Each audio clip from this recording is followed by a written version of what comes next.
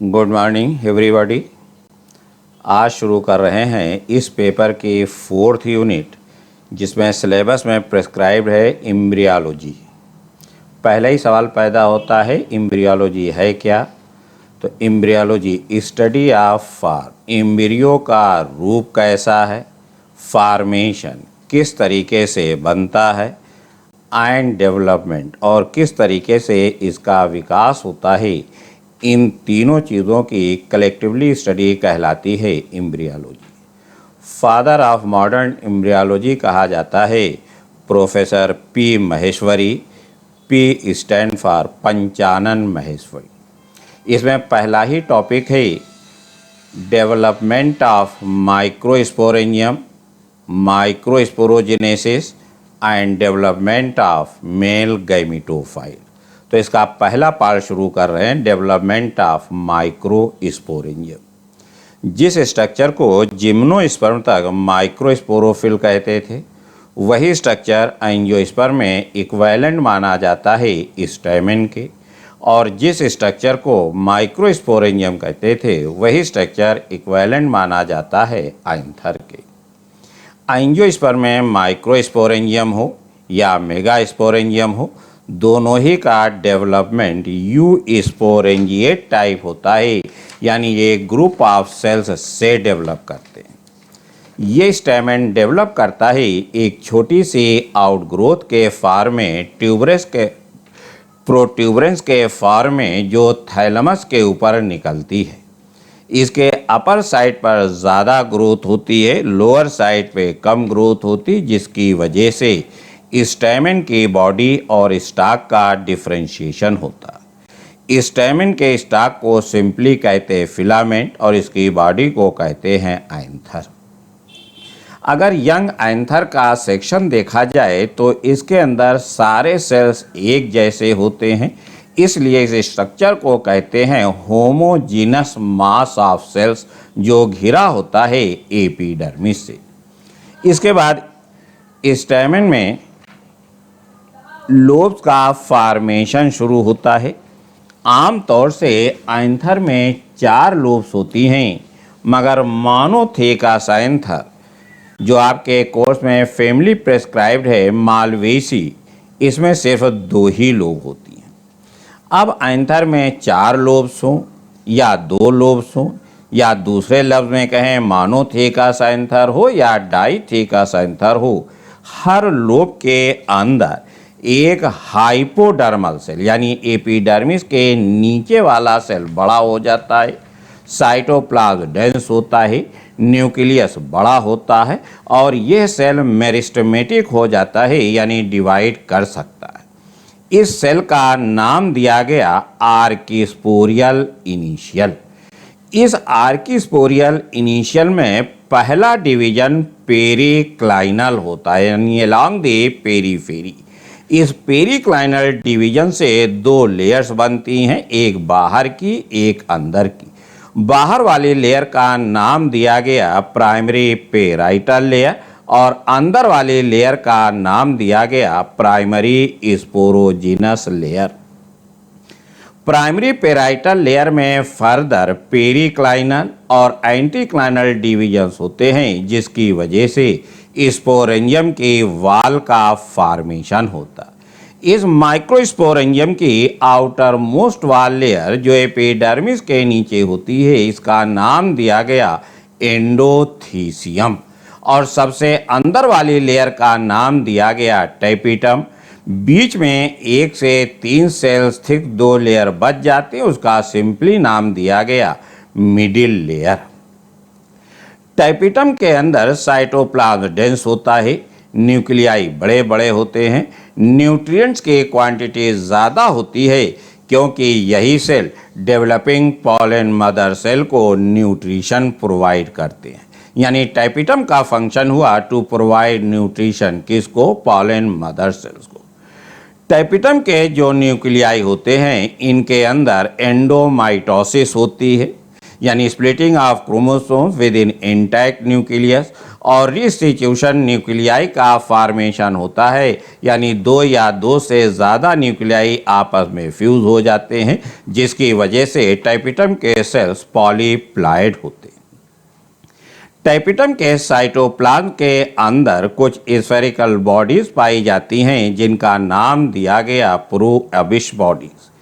इन bodies का secretion होता है टाइपिटम के साइटोप्लाज्म के जरिए in the space between cell wall and plasma membrane, जहां पर इनके ऊपर एक केमिकल की कोटिंग होती है जिसका नाम है स्पोरोपोलेनिन।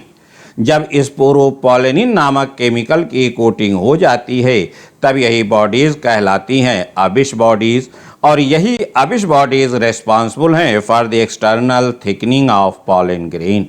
पॉलन ग्रेन की एग्जाइम जो थिक वॉल्ड होती है वो स्पोरोपोलेनिन नामक केमिकल की बनी होती है, और उस थिकनिंग के लिए यही अबिश बॉडीज रेस्पॉन्सिबल हैं। कुछ प्लांट्स में टाइपिटम के सेल वॉल अर्ली स्टेज में शुरुआत में ही डिसइंटीग्रेट कर जाती है, डीजेनरेट कर जाती है, जिसकी वजह से प्रोटोप्लाज्म का एक कंटीन्यूअस मास बन जाता है जिसको कहते हैं पेरीप्लाज्मोडियल मास, और इस टाइप के टाइपिटम का नाम दिया गया अमीबॉयड टाइपिटम। एंजियोस्पर्म के ज़्यादातर प्लांट्स में टाइपिटम के सेल वॉल एज सच बनी रहती है through out the development of microspore, और इस टाइप के टाइपिटम का नाम दिया गया सिक्रीटरी टाइपिटम। यानी टाइपिटम दो तरीके की हो गई, एक अमीबॉयड और एक टाइप सिक्रीटरी। अमीबॉयड टाइपिटम में सेल वॉल डीजनरेट करती है, सिक्रीटरी टाइपिटम में ऐसा नहीं होता। ये जो प्राइमरी स्पोरोजिनस सेल है जिसका नेचर डिप्लॉयड है, इसमें माइटोटिक डिविजन्स होते हैं, जिसकी वजह से बहुत सारे डिप्लॉयड सेल्स का फॉर्मेशन होता है, और इन सभी डिप्लॉयड सेल्स में से प्रत्येक सेल फंक्शन करती है, कार्य करती है पॉलन मदर सेल का। यही pollen mother cell last cell है स्पोरोफिटिक जनरेशन की। यही pollen mother cell best cell है जिसमें डिमॉन्स्ट्रेट किया जाता है मियोसिस। चियाज़मेटा इसी पॉलन मदर सेल में बेस्ट दिखाई देते हैं। बदल दीजिए और आगे चलिए। अब हम आते हैं माइक्रोस्पोरोजेनेसिस। जेनेसिस पैदा होना, स्पोरोजेनेसिस स्पोर्स का पैदा होना, स्पोर का बनना, माइक्रोस्पोरोजेनेसिस माइक्रोस्पोर यानी पॉलन ग्रेन्स का बनना। यह पॉलन मदर सेल जिसका नेचर डिप्लॉयड है, इस पॉलन मदर सेल में मियोसिस होती है, और मियोसिस के बाद हमेशा 4 सेल का फॉर्मेशन होता है। तो मियोसिस के बाद 4 हेप्लॉयड पॉलन ग्रेन्स का फॉर्मेशन होता है, यानी एंजियोस्पर्म में मियोसिस होती है ड्यूरिंग स्पोरोजेनेसिस। जिम्नोस्पर्म में कब होती है, टेरिडोफाइट में कब होती है, ब्रायोफाइट में कब होती है, फंजाई में कब होती है, अलगी में कब होती है, ये चीज़ें आप फर्स्ट और सेकंड सेमेस्टर में पढ़ चुके हैं। एंजियोस्पर्म में होती है during sporogenesis.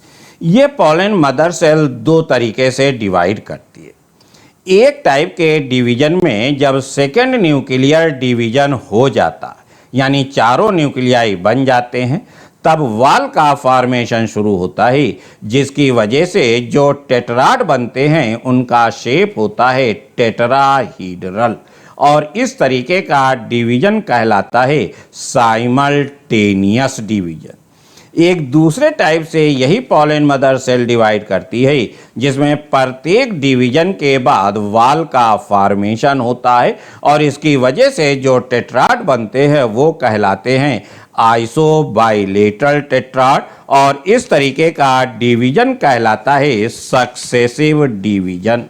Successive division characteristic feature है मोनोकाट का, और साइमल्टेनियस डिवीजन यानी टेट्राहेड्रल टेट्राड कैरेक्टरिस्टिक फीचर है डाइकाट्स का। कभी कभी 4 से ज़्यादा पॉलन ग्रेन्स भी पॉलन मदर सेल से बनते हैं।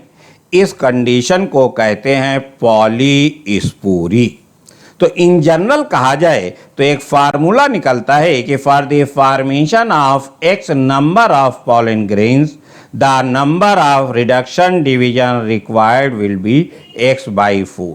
यानी अगर 100 पॉलन ग्रेन की आपको ज़रूरत है तो इसकी जगह 100/4 कर दीजिए तो आंसर आ जाएगा 25। एक फैमिली आपके कोर्स में प्रिस्क्राइब्ड है साइप्रेसी, जिसका पर्टिकुलर मेंबर है साइप्रस। इस साइप्रस के केस में 4 पॉलन ग्रेन्स जो पॉलन मदर सेल से बनते हैं, इसमें से 3 डीजेनरेट कर जाते हैं और सिर्फ एक ही फंक्शनल बचता है। इसलिए साइप्रस के केस में जितने पॉलन ग्रेन की ज़रूरत होती है उतने ही रिडक्शन डिवीजन की ज़रूरत भी होती। यानी साइप्रस में जो पॉलन ग्रेन का डेवलपमेंट है ये मेगास्पोर के डेवलपमेंट की तरह होता है। ये पॉलन ग्रेन जो टेट्राड की कंडीशन में बने, नॉर्मल कंडीशन में ये टेट्राड की कंडीशन से अलग हो जाते हैं, मगर कभी कभी कुछ प्लांट्स में ये टेट्राड की कंडीशन में ही बने रहते हैं। जब ये पॉलन ग्रेन टेट्राड की कंडीशन में ही बने रहें तो इन पॉलन ग्रेन का नाम दिया गया कंपाउंड पॉलन ग्रेन। कुछ प्लांट्स में यही कंपाउंड पॉलन ग्रेन छोटे छोटे ग्रुप्स में अरेंज हो जाते हैं, उन ग्रुप्स का नाम दिया गया मैसूली। कुछ प्लांट्स में स्पोरेंजियम के अंदर जितने पॉलन ग्रेन्स हैं ये सारे पॉलन ग्रेन्स एक ग्रुप में इकट्ठा हो जाते हैं। इस सिंगल ग्रुप का नाम दिया गया पोलिनियम, प्लूरल हो जाता पोलिनिया। तो ये शॉर्ट नोट पे बहुत पूछा जाता है। इस पोलिनियम का स्टॉक कहलाता है कॉर्डिकिल और इसका स्टिकी बेस कहलाता है कार्पस्कुलम। अब हम आते हैं माइक्रोस्पोर या पॉलन ग्रेन के स्ट्रक्चर पर। ये माइक्रोस्पोर या पॉलन ग्रेन जो मियासिस के बाद बने, यानी इनका नेचर हेप्लॉइड है, या दूसरे लफ्ज में कहें कि ये गैमेटोफिटिक जनरेशन के पहली सेल है। यह पॉलन ग्रेन डेवलप करके मेल गैमेटोफाइट का फॉर्मेशन करेंगे, इसलिए इनको कंसीडर किया जाता है, माना जाता है पार्शियली डेवलप्ड मेल गैमेटोफाइट। हर पॉलन ग्रेन की 2 लेयर्ड वाल होती है। आउटर वाल थिक होती है जिसे एक्साइन कहते हैं, जो स्पोरोपोलेनिन नामक केमिकल की बनी होती। इस एक्साइन के ऊपर कुछ अनथिकन एरियाज रह जाते हैं, उस पॉइंट को कहते हैं जर्मपूर। पॉलन ग्रेन की इनर वाल थिन होती है जिसे इंटाइन कहते हैं, ये बनी होती है पेक्टोसेलुलोज की। कुछ इंसेक्ट पॉलिनेटेड फ्लावर्स में एक तीसरी लेयर भी पाई जाती है जिसे पॉलन किट कहते हैं, ये एक तरीके की आयली लेयर है। हर पॉलन ग्रेन के अंदर एक बड़ा हेप्लॉइड न्यूक्लियस होता। इस स्टेज पर पॉलन ग्रेन स्पोरेंजियम के अंदर ही रहता है, यानी अभी पॉलन ग्रेन का लिबरेशन नहीं हुआ। जब पॉलन ग्रेन स्पोरेंजियम के अंदर रहता है तभी इसका न्यूक्लियस डिवाइड करता है 2 न्यूक्लियाई में। एक का नाम दिया गया वेजिटेटिव न्यूक्लियस जिसे ट्यूब न्यूक्लियस भी कहते हैं, और दूसरा कहलाता है जेनरेटिव न्यूक्लियस। एंजियोस्पर्म में आमतौर से पॉलन ग्रेन का लिबरेशन इसी स्टेज पर होता है, यानी 2 न्यूक्लिएट स्टेज में। मगर कुछ प्लांट्स में इस स्टेज पर भी लिबरेशन नहीं होता। यह जेनरेटिव न्यूक्लियस डिवाइड करके 2 मेल गैमीट्स का फॉर्मेशन करता है और इसके बाद पॉलन ग्रेन्स का लिबरेशन होता है, यानी at 3 nucleate stage. In general अगर एंजियोस्पर्म में कहा जाए तो पॉलन ग्रेन्स का लिबरेशन एट 2 न्यूक्लिएट और 3 न्यूक्लिएट स्टेज होता है, मगर ज़्यादातर प्लांट्स में 2 न्यूक्लिएट स्टेज पर होता है।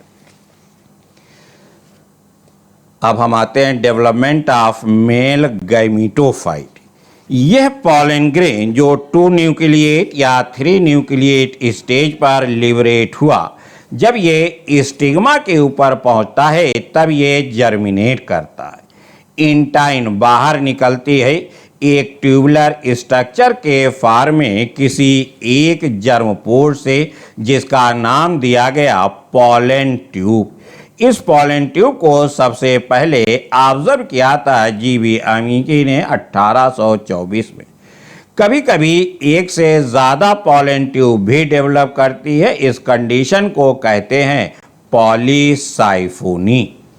अब अगर पॉलन ग्रेन 2 न्यूक्लिएट स्टेज पर लिबरेट हुआ है तो वेजिटेटिव न्यूक्लियस और जनरेटिव न्यूक्लियस, और अगर 3 न्यूक्लिएट स्टेज पर लिबरेट हुआ है तो वेजिटेटिव न्यूक्लियस, और दोनों मेल गैमीट्स पॉलन ट्यूब के अंदर आ जाते। अगर 2 न्यूक्लिएट स्टेज पर लिबरेट हुआ है तो यह जनरेटिव न्यूक्लियस इस पॉलन ट्यूब में डिवाइड करके 2 मेल गैमीट्स का फॉर्मेशन करता। पॉलन ग्रेन और इसके जर्मिनेटिंग स्टेजेस यानी pollen grain, pollen tube, vegetative nucleus और दोनों मेल गैमीट्स मिलाकर कहलाते हैं मेल गैमीटोफाइट ऑफ एंजियोस्पर्म। यानी एंजियोस्पर्म का मेल गैमीटोफाइट 3 न्यूक्लिएट स्ट्रक्चर होता है। एंजियोस्पर्म का फीमेल गैमीटोफाइट कितने न्यूक्लिएट स्ट्रक्चर होता है, ये बहुत ज़्यादा पूछा गया है, जिसको नेक्स्ट लेक्चर में डील करेंगे। आज सिर्फ इतना ही कि मेल गैमीटोफाइट 3 न्यूक्लिएट स्ट्रक्चर होता। कुछ प्लांट्स में जैसा कि कस्क्यूटा, यह जनरेटिव न्यूक्लियस डिवाइड करके 2 से ज़्यादा मेल गैमीट्स का फॉर्मेशन करता है। इस कंडीशन को कहते हैं पॉलीस्पर्मी। जब एक पॉलन मदर सेल से 4 से ज़्यादा पॉलन ग्रेन्स बने तब वो कंडीशन कहलाती है पॉलीस्पूरी। मगर जब एक जनरेटिव न्यूक्लियस से 2 से ज़्यादा मेल गैमीट बने तो ये कंडीशन कहलाती है पॉलीस्पर्मी। मगर स्पेलिंग जो है POLYSPERMAE है पॉलीस्पर्मी, MY वाला पॉलीस्पर्मी नहीं, उसके मीनिंग दूसरे हैं। एक साइंटिस्ट हैं जिनका नाम है नीमेक। इन्होंने हायसिंथस प्लांट के मेल गैमीटोफाइट में 8 न्यूक्लियाई ऑब्जर्व किए। वैसे मेल गैमीटोफाइट में 3 न्यूक्लियाई होते हैं, 8 न्यूक्लियाई सिर्फ फीमेल गैमीटोफाइट में होते हैं, जिसे एम्ब्रियोसैक कहा जाता है। तो नीमेक ने हायसिंथस प्लांट के मेल गैमीटोफाइट में 8 न्यूक्लियाई देखे, इसलिए इन्होंने इसका नाम दिया pollen embryo sac. Embryo sac 8 nucleate develop कर रहा पॉलन ग्रेन से, इसलिए नाम दिया पॉलन एम्ब्रियोसैक। इसी पॉलन एम्ब्रियोसैक का पाया जाना कहलाता है नीमेक फेनामेना। एक और साइंटिस्ट गुहा और महेश्वरी, इन्होंने पॉलन ग्रेन का कल्चर किया। पॉलन ग्रेन जिसका नेचर हैप्लॉइड होता है, इससे इन्होंने कुछ एम्ब्रियो जैसे स्ट्रक्चर पाए। एम्ब्रियो जिसका नेचर डिप्लॉइड होता है, मगर यह पॉलन ग्रेन से डेवलप कर रहा है, इसलिए ये एम्ब्रियो जैसा स्ट्रक्चर हैप्लॉइड हुआ। इस हैप्लॉइड एम्ब्रियो का नाम इन्होंने दिया पॉलन एम्ब्रायड्स। तो पॉलन एम्ब्रायड जो है ये गुहा और महेश्वरी का वर्क है। आज का लेक्चर यहीं पे ख़त्म करते हैं, नेक्स्ट अगले लेक्चर।